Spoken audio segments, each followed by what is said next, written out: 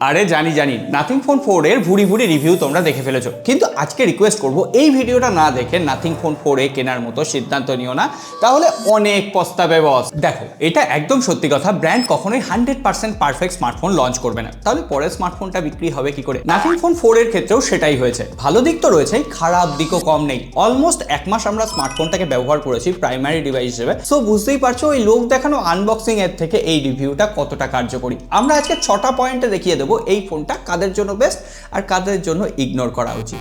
আর তোমরা ওই ফলো আর subscribe বাটনটাকে ignore করো না, লাইক করে দিও। আর যারা স্মার্টফোন কিনবে বলে ভাবছে নতুন, তাদের সাথে ভিডিওটা শেয়ার করে দাও, নাহলে ফালতু কেস খেয়ে যাবে পরে। প্রথম পয়েন্ট, ডিজাইন আর বিল্ড কোয়ালিটি। নাথিং ফোন মানেই একটা আলাদা ডিজাইনের ভাইব, এবারও তার অন্যথা হয়নি। নাথিং এবার ট্রান্সপারেন্ট ব্যাক প্যানেল দিয়েছে, ওই নাথিং ফোন 3 এর মতোই দেখতে লাগছে, কিন্তু এবার গ্লিপ বার ডিজাইন এসছে, যেটা কাজটা কিন্তু ইউনিক। ধরো ফোন এসছে, মেসেজ এসছে, এমনকি সুইগি কতক্ষণে খাবার ডেলিভারি করবে সেই টাইমারটা বা স্টপ ওয়াচে টাইমার সেট করলে এই গ্লিপ বারে তোমরা সেই নোটিফিকেশন দেখতে পাবে। একদম কুল দেখতে লাগছে। অ্যাকচুয়ালি আমি স্মার্টফোনটার কভার ছাড়া বেশ কিছুদিন অফিসে নিয়ে গেছি, বেশ কয়েকজন জিজ্ঞেস করেছে দাদা এটা কি স্মার্টফোন।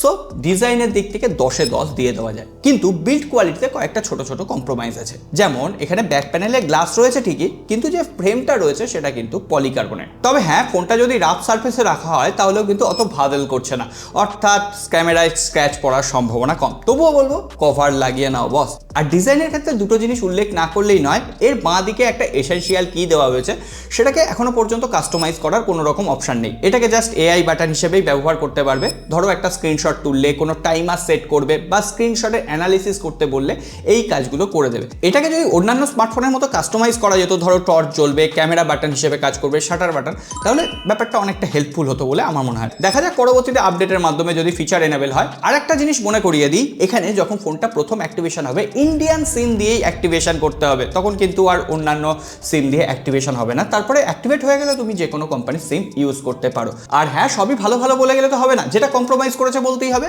IP65 রেটিং রয়েছে।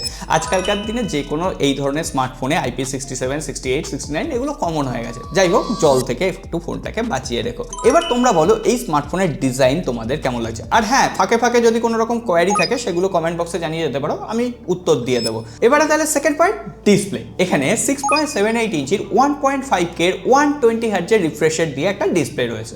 প্রথমেই আমরা ডাইরেক্ট সানলাইটে ইউটিউবে ভিডিও চালিয়ে দেখেছি, যথেষ্ট শার্প আসছে, ক্রিস্প আসছে। 4K HDR ভিডিও একদম স্মুথলি চালিয়ে দিচ্ছে, কোনো রকম কম্প্রোমাইজ নেই। এমনকি ডিসপ্লে ভিউইং অ্যাঙ্গেলও যথেষ্ট ভালো ছিল। কর্নিং গরিলা গ্লাস 7i এর প্রোটেকশন রয়েছে, কিন্তু ডিসপ্লে বেজেল আর চিন সিমেট্রিক্যাল হলেও একটু বড় লাগতে পারে, তবে ইউজ করার ক্ষেত্রে অভ্যস্ত হয়ে গেলে আর কোনো রকম প্রবলেম হবে না। 1600 নিটসের পিক ব্রাইটনেস, আগেই বলেছি ডাইরেক্ট সানলাইটে কোনো রকম ভিজিবিলিটির ইস্যু নেই।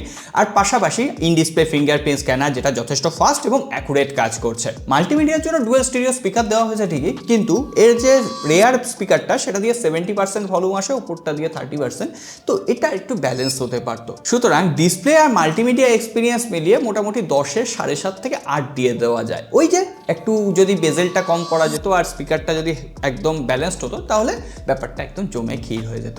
যাই হোক, এবার থার্ড পয়েন্ট, পারফরমেন্স। এখানে Qualcomm Snapdragon 7S Gen 4 chipset দেওয়া হয়েছে, UFS 3.1 storage type, DDR4X RAM দেওয়া হয়েছে।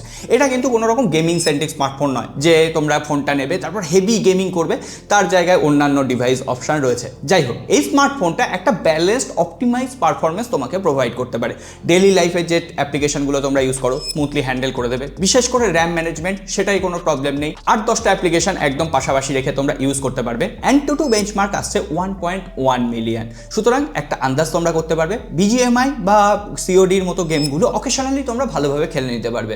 মোটামুটি 60 FPS থেকে 58 FPS এ একদম স্মুথলি রান করছে। তবে হ্যাঁ, গেমিং করার সময় দেখেছি পেছনের দিকটা একটু হালকা হিট আপ হচ্ছে, তবে খুব তাড়াতাড়ি সেটা ঠান্ডা হয়ে যাচ্ছে। হ্যাপটিক ফিডব্যাকও কিন্তু যথেষ্ট ভালো। কিন্তু হ্যাঁ, একদম হাই ক্লাস গেমিং করবে, প্রফেশনাল গেমিং করবে, স্ট্রিমিং করবে, তাদের জন্য অন্য অপশন অ্যাভেলেবেল। মোটামুটি সোশ্যাল মিডিয়া, ব্যাংকিং অ্যাপ্লিকেশন, সারাদিন ইউটিউবে বিভিন্ন টিউটোরিয়াল ভিডিও দেখবে বা কি দেখবে তোমরাই জানো, সেই সমস্তগুলো নিয়ে কোনো রকম অসুবিধা অসুবিধা হবে না, একদম ফার্স্ট ক্লাস একটা এক্সপিরিয়েন্স দিচ্ছে। তার পাশাপাশি সফটওয়্যার এক্সপিরিয়েন্স রয়েছে 4 নম্বরে। এখানে নাথিং ওএস 4.1 রয়েছে, তার সঙ্গে সঙ্গে অ্যান্ড্রয়েড 16 এর কাস্টমাইজেশন, আর এটা 3 বছরের ওএস আর 4 বছরের সিকিউরিটি প্যাচ লেভেল আপডেট দেবে। আমি পার্সোনালি চেয়েছিলাম এটা যদি 4 বা 5 বছরের আপডেট পলিসি দেওয়া হতো বেটার হতো। যাই হোক, এখানে ফিচার্সের কিন্তু কমতি নেই, কিন্তু তোমরা যদি ভিভো, স্যামসাং, ওপো এই সমস্ত স্মার্টফোনের দিকে তাকাও তার থেকে ফিচার কিন্তু একটু কম রয়েছে। কিন্তু একটা অ্যাডভান্টেজ রয়েছে, একদম ক্লিয়ার স্টক অ্যান্ড্রয়েড ইউআই, তার উপরে নাথিং এর যে ইন্টারফেস সেটা একদম সিম্পলিস্টিক, যথেষ্ট এক্সপিরিয়েন্স ভালো রয়েছে। তার পাশাপাশি এআই ফিচার বলতে এখানে এআই ওয়ালপেপার স্টুডিও রয়েছে, দুটো ইমেজকে মিক্সিং করে এআই দিয়ে একটা নতুন ওয়ালপেপার বানিয়ে দেবে। Clone app, app locker, app optimisation, internet speed meter, glyph progress আর ডবল প্রেস পাওয়ার বাটনের সাথে তোমরা বিভিন্ন অ্যাপ্লিকেশন কাস্টমাইজ করে দিতে পারো। এখানে ডবল প্রেস পাওয়ার বাটন করলাম, এখানে দেখো ক্যামেরা খুঁজছে। পাশাপাশি এখানে একটা ছোটোখাটো গেমিং মোড দেওয়া রয়েছে, যেক্ষেত্রে তোমরা পারফরমেন্স বুস্ট করে নিতে পারো। এই কটা ফিচার রয়েছে। আর এআই ফিচার বলতে দেখো এখানে একটা স্ক্রিনশট নিলাম, এবং স্ক্রিনশটে যদি কোনো ইভেন্ট থাকে সেই ইভেন্টের ডেট আর শিডিউল সঙ্গে সঙ্গে ক্যালেন্ডারে অ্যাড হয়ে যাবে টুকটাক। এমন নয় যে স্যামসাং এর মতো তোমরা হেভিলি এআই কাস্টমাইজেশন পাবে, তবে হ্যাঁ গুগল জেমিনাই ইনস্টল করার পর সমস্ত ফিচার অ্যাভেলেবেল পেয়ে যাবে, সেটা নিয়ে কোনো রকম দুশ্চিন্তার কারণ নেই। এইবার 5 নম্বরে এসে বলবো অবভিয়াসলি বস ক্যামেরা সেকশন। 50 মেগাপিক্সেলের প্রাইমারি সেন্সার, 8 মেগাপিক্সেলের আল্ট্রা ওয়াইড অ্যাঙ্গেল লেন্স, 50 মেগাপিক্সেলের পেরিস্কোপিক জুম লেন্স, 32 মেগাপিক্সেলের সেলফি ক্যামেরা। অন্যান্য স্মার্টফোন এই প্রাইস রেঞ্জে টেলিফটো সেন্সর দেওয়ার কথা ভুলেই গেছে, নাথিং কিন্তু এটা প্রোভাইড করেছে। আমরা বিভিন্ন লাইটিং কন্ডিশনে বিভিন্ন ধরনের ছবি তুলেছি, ছবিগুলো যথেষ্ট শার্প, ক্রিস্প এবং এক্সপোজার কন্ট্রোল যথেষ্ট ভালো ছিল। তবে হ্যাঁ, একটু ডার্ক সাইড ম্যানেজমেন্টে প্রবলেম রয়েছে। ধরো আমি সূর্যের অপর দিকে ছবি তুলছি, কোথাও কোথাও হয়তো আমার স্ক্রিনটা একটু ডাল করে দিচ্ছে, কালো করে দিচ্ছে ফেসটা।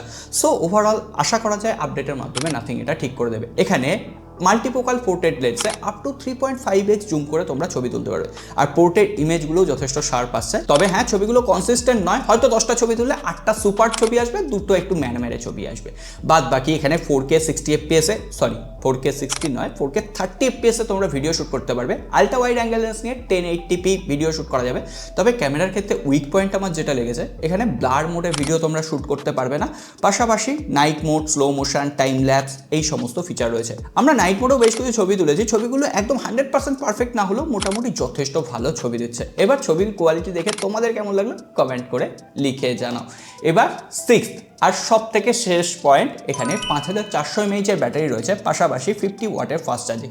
এখানে দুটো উইক পয়েন্ট আমি বলবো। এখানে 5400 mAh এর ব্যাটারি, এটা 6000 mAh হলে বেটার হতো, কারণ আজকের দিনে বেশিরভাগ দেখবে 7000 9000 mAh এর ব্যাটারি আসছে, যদিও একদিনের ব্যাটারি ব্যাকআপ ফুললি ইউজেজে দিয়ে দিচ্ছে। বাদ বাকি এখানে যে 50 ওয়াটের চার্জারটা সেটা বক্সে অ্যাভেলেবেল নেই, এটাও একটা নেগেটিভ পয়েন্ট, কারণ ফোনটার সাথে সাথে আরও 1.5 থেকে 2000 টাকা তোমায় দিতে হবে ওই 50 ওয়াটের ফাস্ট চার্জিং কেনার জন্য।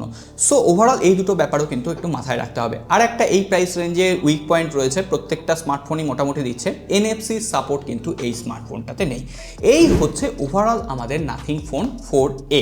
আর 4A প্রো নিয়ে তোমরা যদি রিভিউ চাও সেটাও কমেন্ট বক্সে লিখে জানিও, তখন আমি কভার করার চেষ্টা করব। বাদবাকি আমি যদি এবার কনক্লুশন পার্টে আসি, স্মার্টফোনের দাম যে হারে বেড়েছে, নাথিং ফোন 4A কিন্তু একদম সুইট স্পটে রয়েছে। তোমরা নাথিং ফোন 3A কেও কনসিডার করতে পারো, আমি হলে পার্সোনালি নাথিং ফোন 3A কে কনসিডার করতাম, কিন্তু নাথিং ফোন 4A তোমরা যদি অফার পিরিয়ডে 30,000 রুপি নিচে পাও তাহলে আমার মনে হয় একদম সেরা ডিল। কারণ telephoto sensor, camera, overall optimize performance, multimedia experience, এই ধরনের একটা ফাঙ্কি ডিজাইন, সো আমার মনে হয় টাকা উসুল হয়ে যাবে। তোমাদের মত কি অবশ্যই কমেন্ট বক্সে লিখে জানিও, আর প্রশ্ন থাকলে সেটাও জানিও, কারণ আমি সঠিক সময়ে রিপ্লাই করে থাকি। সকলে ভালো থেকো, সুস্থ থেকো, দেখা হবে আগামী পর্বে।